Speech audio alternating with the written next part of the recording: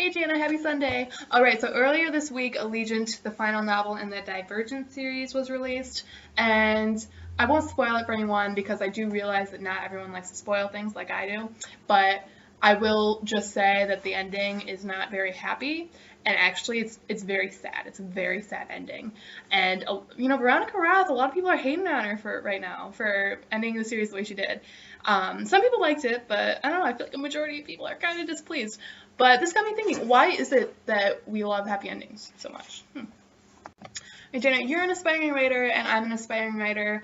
And as aspiring writers, I think we should also keep in mind that it is a writer's creation. Their book is their piece of work, and they have the freedom to end their creation however they please. And I commend that, and I respect that, and I understand that. But I also feel that the writer kind of needs to keep in mind their reader, because the reader is breathing and living and loving the novel as much as the writer is. Honestly, it's as much a piece for the reader as it is for the writer. Does that make sense? Throughout the entire Divergent series, readers are kind of taking on like a up and down roller coaster of emotions. And I feel like a lot of readers kind of wanted a happy ending with it. They kind of wanted a trade-off. Earlier this week, I was reading reviews on the internet about the ending, and I came across a specific review, and I think it's brilliant and kind of explains everything I want to say, so I'm going to read it to you. When I read a single book that drags my emotions through the mud, I want a payoff at the end, something to make it all worth it. Well, that goes triple when I'm dragged through a trilogy. As a reader, you're waiting for that moment, that payoff, those words that leap off the page as if the author is saying, see, you just had to trust me. I made you sad and hurt and ache before, but it's all worth it.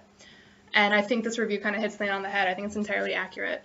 I mean, when I read to escape reality. I read Anna and the French Kiss because the guy at home that I want doesn't want me.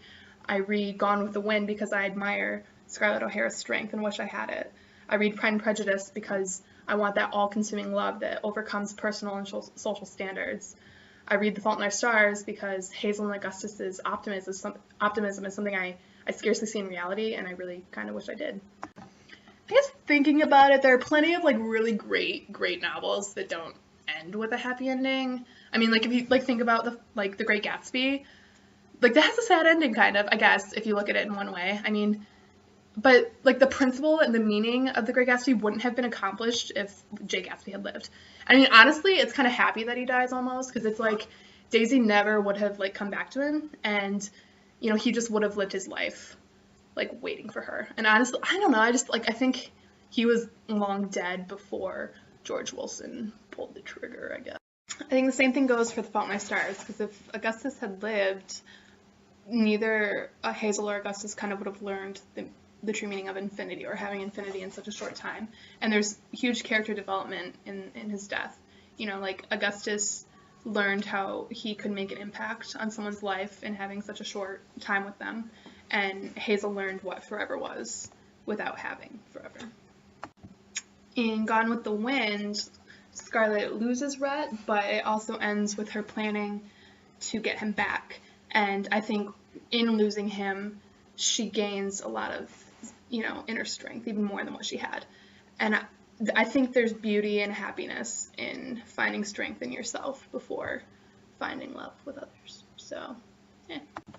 I think at the end of the day, we read because we want to feel happy. We want to feel better about the hardships that we're facing in life.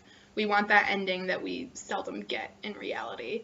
And I honestly think that an author kind of owes it to their readers to kind of give them a little piece of happiness, something that makes reading the book all worth it, a trade-off, so to speak. If we wanted a sad ending or a realistic ending, we would look outside our windows and spend more time in reality. Honestly, that's why we read. We read to escape reality. We read to escape that. I don't know. We all want a happy ending because, no one likes feeling sad, honestly.